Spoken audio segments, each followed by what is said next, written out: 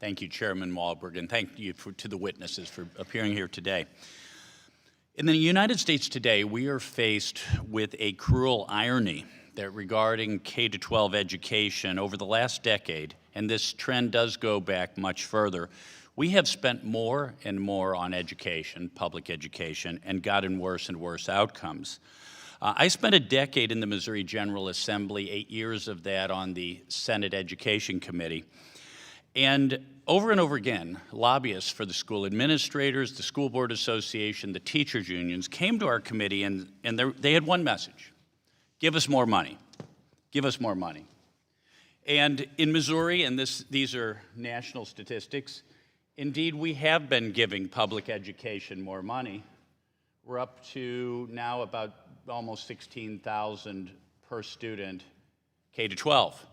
And at the same time, here are our NAEP scores, of which the most recent data came last week. These are plummeting. They plummeted worse after COVID. I would say not after COVID, after the government response to COVID, which was very dysfunctional and very harmful.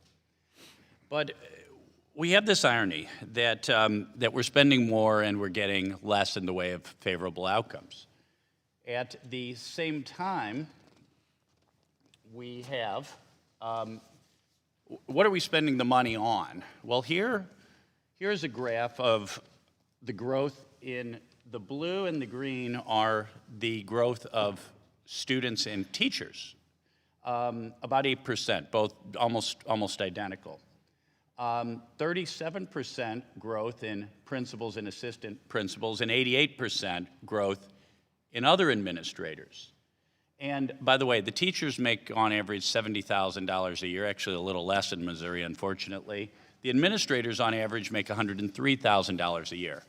So this is where our money's going. This is where our money's going. We're taking our eye off the ball and not focusing on what really matters, which is these teachers teaching these students how to read and write and do math. And what's worse is we're getting our eye off the ball in other ways. Instead of teaching reading and writing and math, not what to think, but how to think, instead, Mrs. Neely, we're spending time doing things like, well, running urgent care centers in schools, all the wraparound services, whatever. If we can't teach kids how to read, what are we doing running pediatrics offices and urgent care clinics? And even worse yet, we're indoctrinating these kids with pernicious ideologies. Kids are learning about the 15 latest genders, but not how to do multiplication, division, and all. So, Mrs. Neely, I believe, by the way, that the federal government is playing a very negative role in all this. The federal government is only providing 11% of the funding, but driving this administrative bloat. But what can we, and I believe abolishing the Department of Education is definitely a big part of the solution. There are some good functions in the Department of Education, IEPs and so on, but they could be spun off. But Mrs. Neely, how can we get back on the focus of educating kids rather than indoctrination and bloating our school bureaucracies? Unfortunately, I think a fish rots from the head.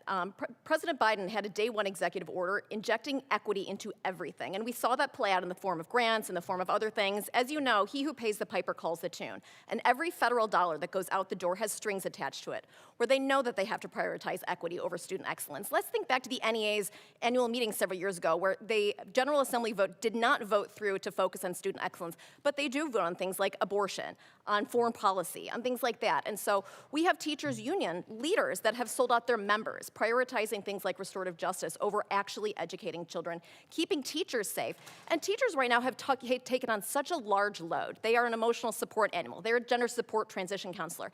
That's like a $250,000 a year job. That's not a $50,000 a year job. Our teachers deserve better, and I think they want to get back to the basics because that's what they were hired for. And when I talk to teachers in my district, and I'm a physician, when I've talked to my patients who are teachers, they don't want to do any of that. The great majority of them don't. Some are ideologues, but the great majority don't.